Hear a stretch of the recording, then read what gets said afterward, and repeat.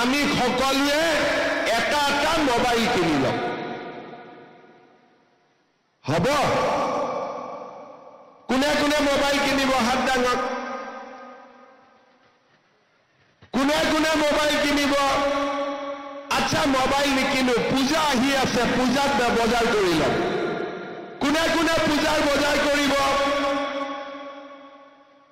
কোনে হাত দাঙা নাই আচ্ছা কোনে কোনে এই টকাটো ভাল কামত খৰচ কৰিব তেওঁলোকে হাত দাঙক বাস এতিয়া সবে হাত দাঙিছে তাৰ মানে আমি বুজি পাইছো যে এই টকাটো সৰকাৰে আমাক কিহৰ কাৰণে দিছে এতিয়া আমি মোবাইল কিনিলো পূজাৰ বতৰত কাপোৰ কিনিলো আমি ইমানতে এই আঁচনিখনত সামৰণি মাৰিলো কিন্তু তিনটা ৰাস্তা আমাৰ হাতত আমি খোজ কাঢ়ো অহা বছৰ আমি আকৌ একেলগে এনেকে গোট খাব পাৰিম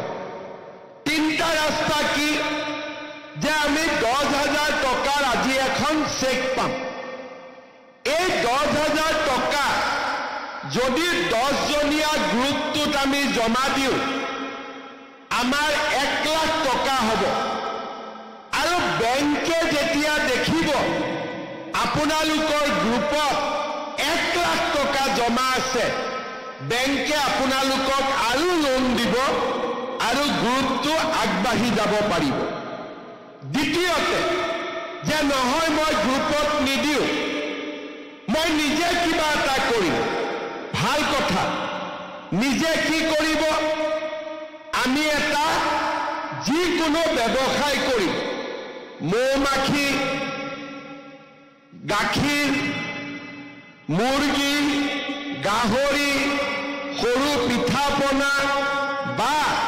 তাঁতশালৰ কাম আমি যেনেকে বিচাৰো আমি এই 10,000 টকা আমি ব্যৱহাৰ কৰিম তৃতীয়তে মই আৰু এটা সহজ উপায় দিছো যে মোৰ হাজবেণ্ডৰ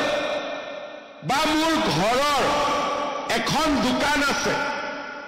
বা মোৰ ঘৰৰ কিবা ব্যৱসায় আছে সেই ব্যৱসায়টো যদি আপোনালোকে এই 10,000 টকাটো খৰচ কৰে ঘৰৰ ব্যৱসায়টো ভাল হ'ব তাৰ মানে আমি গ্ৰুপত দিম নহলে আমি নিজে খৰচ কৰিম নহলে আমি ঘৰৰ ব্যৱসায় যি ব্যৱসায় ইতিমধ্যে আছে তাতে আমি টকাটো খৰচ কৰিম এই তিনিটাৰ যিকোনো ধৰণে আপোনালোকে খৰচ কৰক আমি অহা বছৰ আপোনালোকক আকৌ 25,000 টকাকৈ আমি আপোনালোকক দিয়াৰ ব্যৱস্থা কৰিম আজি 10,000 তাৰ পিছত অহা বছৰ 25,000 বিশ্বাস আছে নে নাই মোৰ ওপৰত আকৌ পাব বুলি বিশ্বাস আছে নে নাই আপোনালোকৰ আছে যদি মোৰ ওপৰত বিশ্বাস আছে এই 10,000 টকা মই দেখুৱাই দিয়া তিনটা ৰাস্তাৰ ভিতৰত খৰচ কৰক অহা বছৰ আমি বেংকৰ লগত লগ লাগি আপোনালোকক 25,000 টকা দিম আৰু 25,000 টকা